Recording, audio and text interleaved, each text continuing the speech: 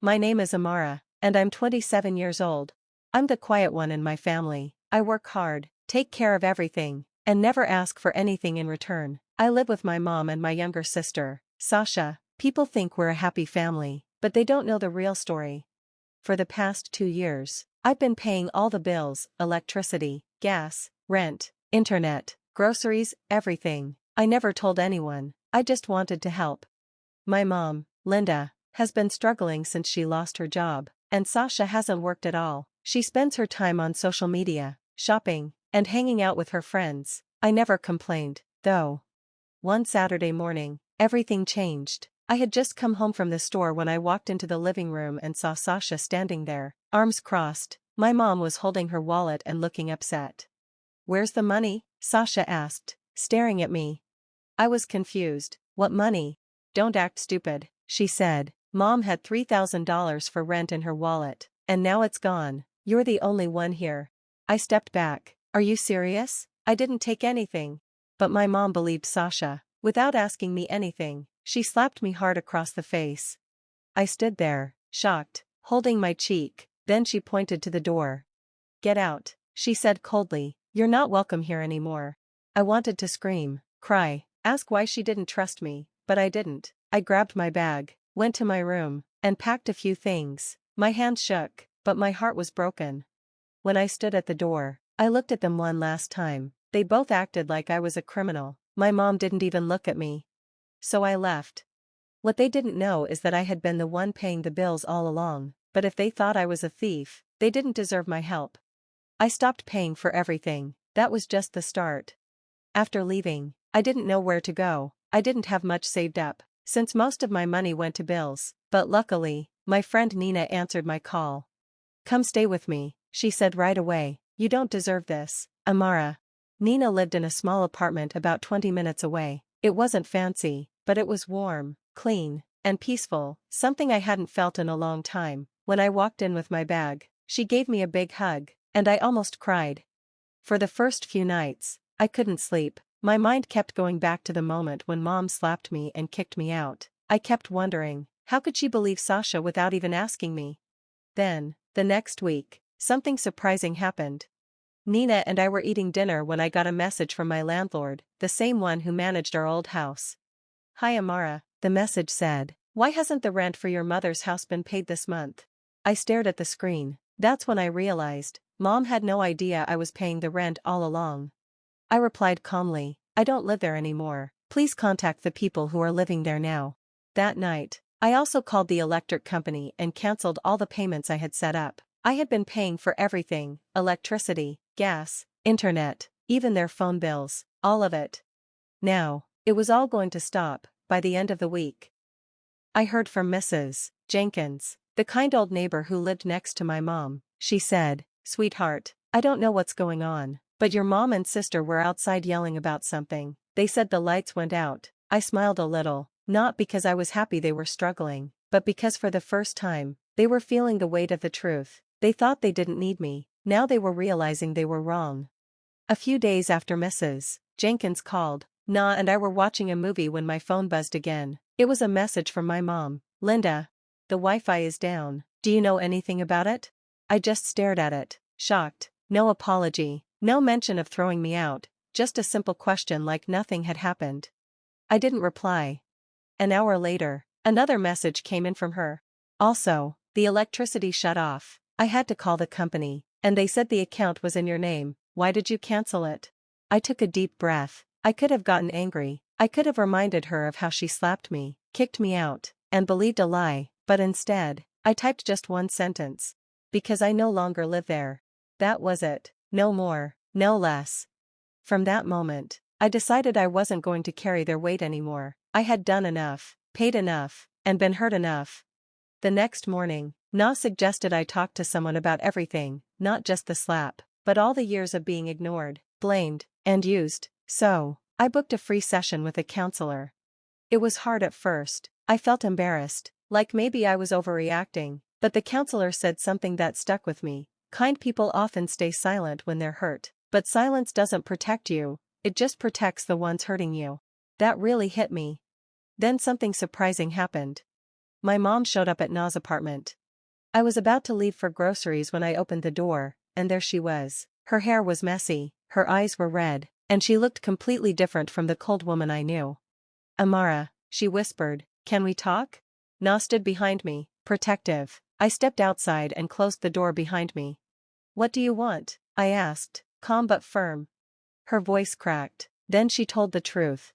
Sasha stole the money, she admitted. I found messages on her phone. She needed it for a guy she met online. I didn't say anything. She lied to me, and I believed her. I slapped you. I'm so sorry. Tears rolled down her face. But I didn't move. She waited, maybe hoping I'd say, it's okay, I'll come back. Instead, I looked her in the eyes and said, now you know how it feels when someone you love chooses a lie over you. Then, I turned and went back inside. After that, things changed, but not how she hoped. I didn't go back. I didn't answer her calls. Not because I wanted revenge, but because I needed peace. I had spent years carrying their problems, paying their bills, and being blamed for things I didn't do. It was time for me to breathe. A week later, Mrs. Jenkins called again. She said, honey, your mom and sister are yelling every night now. Yesterday, the landlord came. They're 3 weeks behind on rent. I wasn't surprised. When I left, I didn't just take my things, I took the support they had quietly built their lives on. Without me, everything was falling apart. Then came another surprise. A letter arrived at Na's apartment, addressed to me. It was from the bank. At first, I thought it was a mistake, but when I opened it, I froze. It was a notice saying a new credit card had been opened in my name, and the balance was already over $15,000. That didn't make sense. My mom didn't even use credit cards, she always preferred cash. I called the bank to ask what was going on. After verifying my ID, the bank officer told me the truth.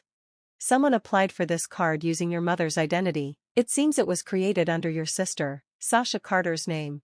She hadn't just stolen money from mom, she had opened a credit card in her name and maxed it out. I sat there, shocked, my stomach turned. All this time, I thought Sasha was just a spoiled liar, but now she was committing fraud. I forwarded the letter and credit report to my mom, with a short message. Here's what your trusted daughter has been doing behind your back. An hour later, she called. I didn't pick up.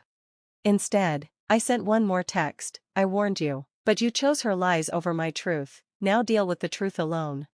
For the first time, my mom realized what she had truly lost. 2 days later, things got even worse. I got another text from her. The police came to the house, they asked for Sasha. I didn't know what to say. I didn't reply. That evening, Na and I were eating dinner when we saw a news notification on her phone. Local woman arrested for identity theft and fraud, $15,000 charged on stolen credit account. I clicked the article. It was Sasha. She had been arrested outside a shopping center, holding designer bags paid for with a stolen credit card. A customer had reported her after hearing her brag about how easy it was to use someone else's name for shopping. The bank had flagged the purchases and filed a police report, and with the evidence I quietly filed weeks before, the case moved quickly. My mom didn't know what hit her. She tried calling me again. This time, I picked up. Her voice was shaky. Amara. Sasha's in jail. They said she could face up to 3 years. I had no idea it had gone this far. I was quiet for a moment. Then I asked, did you ever wonder why I stayed quiet all those years? Why I never asked for anything in return? She said nothing. I wasn't trying to be a hero, Mom. I was just trying to keep the family together. But you let her tear it apart. You believed her over me. You hit me because of her lies. And now, look. I know, she whispered. I know I failed you. Her words didn't fix anything, but they did something I didn't expect. They gave me closure. I wish things were different, I said gently, but they're not. I've moved on, and you should too. And with that, I ended the call. 3 months passed. Life without chaos felt strange, but in the best way. I started sleeping better, eating better, and smiling more. Na helped me believe in myself again. I decided to take a chance on something I'd always dreamed of, starting a YouTube channel to teach people about budgeting, financial freedom, and how to protect themselves from being taken advantage of, especially by their own families. At first, I had just a few subscribers, but one night, I posted a video titled, "My Own Sister Framed Me," Here's how I turned my pain into power. The video went viral. I woke up the next morning to thousands of comments. People from all over the country were saying things like, "Thank you for sharing this. I thought I was alone. You gave me the courage to finally say no to my toxic family. Your story changed how I see myself." And just like that, my voice, something I was once told didn't matter, became my strength. Soon after, brands started reaching out, sponsorships, interviews, even a local news feature. My channel hit 100,000 subscribers in just 2 months. I received a silver YouTube plaque in the mail, and I placed it on my shelf with pride. Then came the biggest surprise of all. One day, while walking out of a bookstore, I saw my mom sitting alone on a bench. She looked thinner, older, and tired. I paused. She looked up at me and said, "I watched your video." I nodded, waiting. I just wanted to say thank you for telling the truth, even if it hurt. I didn't speak. I didn't hug her. I just said, "You're welcome." Then I walked away, not angry, not bitter, just free. Because I had finally learned the most powerful lesson of all. Being good doesn't mean staying silent, and walking away isn't weakness, it's wisdom. And as I looked around at my new life, filled with peace, purpose, and real love, I knew I didn't lose my family that day. I found myself. Sometimes, standing up for yourself is the hardest thing to do, but it's also the most powerful. To anyone out there dealing with a difficult family situation, remember this: you deserve to be treated with respect. Never let anyone make you feel less than you are. If you liked this story, don't forget to like, comment, and subscribe for more. I'd love to hear your thoughts or any similar experiences. Share them below. Until next time, take care and stay strong.